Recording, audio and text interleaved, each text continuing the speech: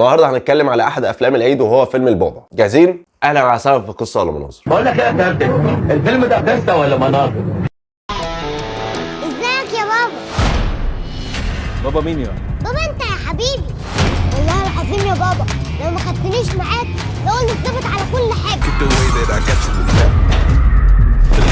الحمد لله على السلامة يا سلطان. دول متصلين في العنوان ده. والله العظيم كنت طالعه بيه عشان الله اكبر. اصطفوني.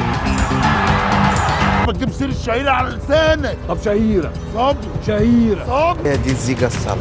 زيجة ايه يا باغل انت؟ شو الحكومه ونيه الغدر.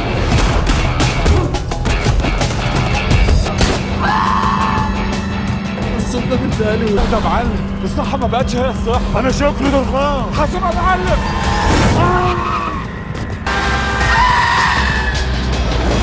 انا ممكن اعيط وابهدل لكم الدنيا هنا اقسم بالله العظيم.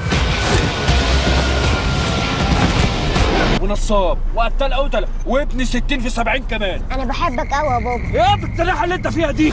فيلم البعبع بيتكلم عن سلطان البعبع اللي لسه طالع من السجن وهيعمل عمليه تهريب بين اثار وفلوس، بيع وشراء، ورئيس العصابه هو باسم سمره، وقرروا ان هم يغدروا بالراجل التاني. سلطان البعبع يغدر بالاثنين وياخد الفلوس وياخد الاثار. فجاه قبل ما يهرب يطلع له ولد وبنت طلعوا عياله، ومراته سافرت وسابت العيال ليه اول ما يطلع من السجن بقى يتولاهم ربنا. فطبعا تحصل مفارقات بين الاطفال وهذا المجرم. هي دي قصه الفيلم. الفيلم على مستوى الاكشن هو كويس، لكن تصميم المعارك ضعيف شويه. شفت تصميم معارك احلى بكتير من الفيلم ده، زي افلام محمد امام او احمد عز. عنصر الكوميديا اكتريا كان في الطفل جان رامز، وهو طفل كوميدي جدا. وطبعا ردود افعال امير كرارة مع الطفل ده بتبقى فعلا لطيفه. وشخصيه ياسمين صبري في الفيلم فكرني نفس الشخصيات اللي في هنا والصورة. ورغم هروب امير كرارة المستمر من العصابه، انا حاسس ان العصابه ضعيفه جدا وساذجه جدا. مستوى الكوميديا في الفيلم برضو اقل من المتوقع شويه. بالنسبه لامير كرارة انا شايف ان هو من الممثلين الملتزمين جدا في الاكشن، واخد شكل اللي هو باشا مصر، واثبت نجاح كبير جدا في اعمال اكشن زي كازابلانكا وحرب كرموز. بس هو دايما يظهر بالشكل الجاد. لكن فكره ان هو يخش في فيلم اكشن كوميدي